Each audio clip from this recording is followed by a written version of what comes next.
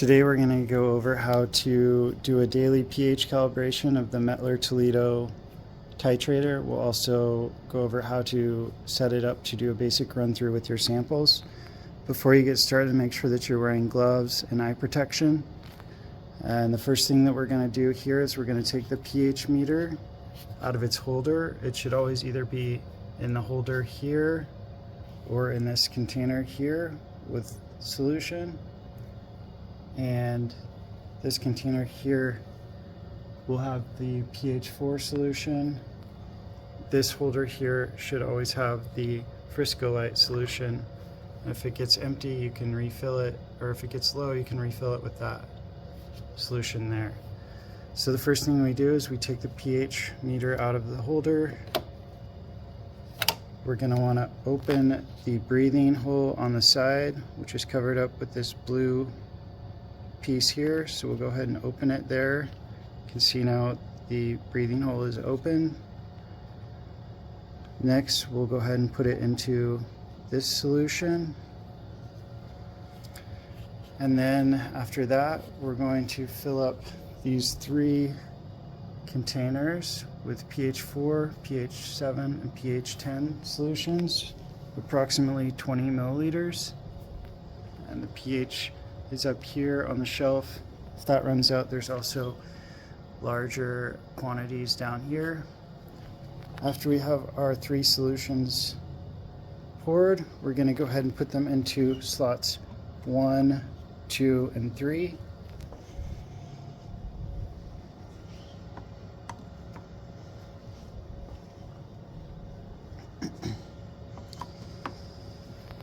Okay, now that that's all set up, next we would go to the computer here and we'll open the XLab client.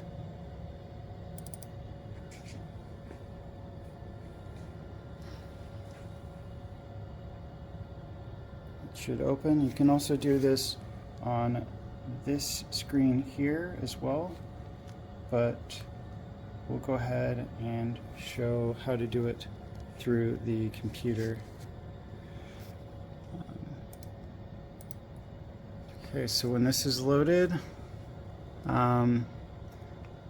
you'll have tasks or methods. You'll want to go to the methods over here, and then down here to this bottom one, daily pH calibration.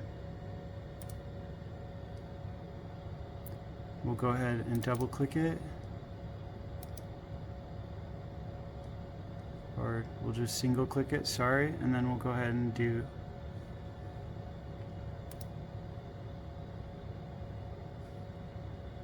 start task here.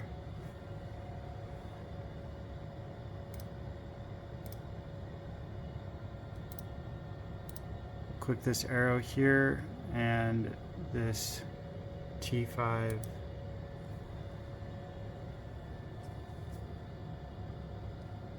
And this menu should pop up here. We'll go ahead and click OK.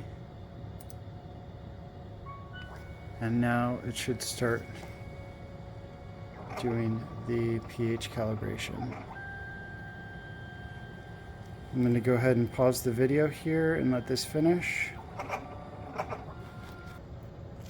Okay, now that the pH calibration is completed, the pH meter should return to the solution that it started in.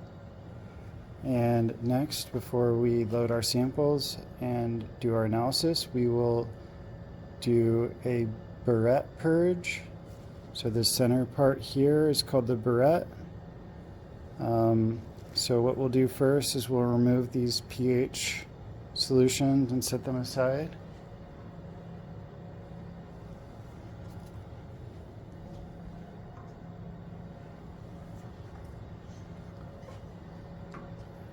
And the first thing we'll do here is we'll push the lift button and go ahead and hit start, and this will lift the burette.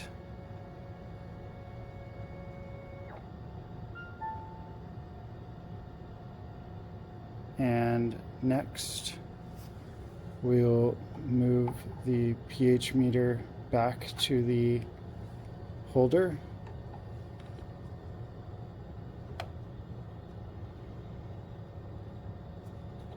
Make sure it's seated in there in the solution. And now, next we'll move a container underneath the burette here.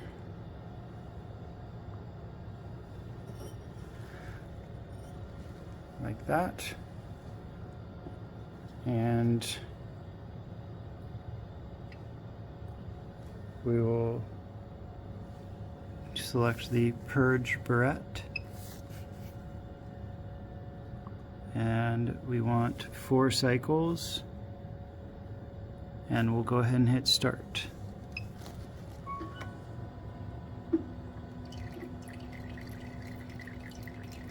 It's gonna purge it, and I'll go ahead and pause the video one more time. And after the burette purge is finished, you'll go ahead and remove the container that was catching the type 2 water. And you'll go ahead and replace the pH 4 solution into the last slot, which is slot 69 here.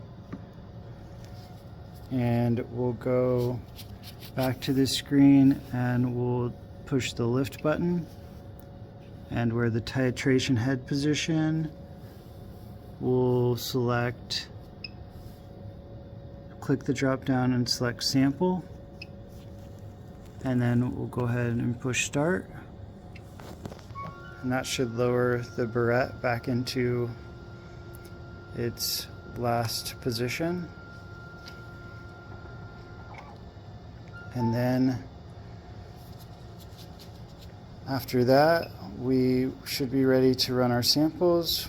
So for that, we would go ahead and load our samples in the corresponding slots. So for example, sample 1, sample 2 here, sample 3, etc. And then we would put the pH meter back from the holder back into this slot next to the burette.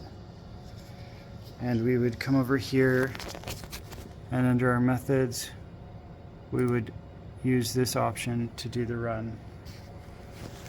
And that should be it. I hope that was helpful. Remember, if you aren't sure, you can always ask questions. And yeah, hopefully this video helps. All right, thanks.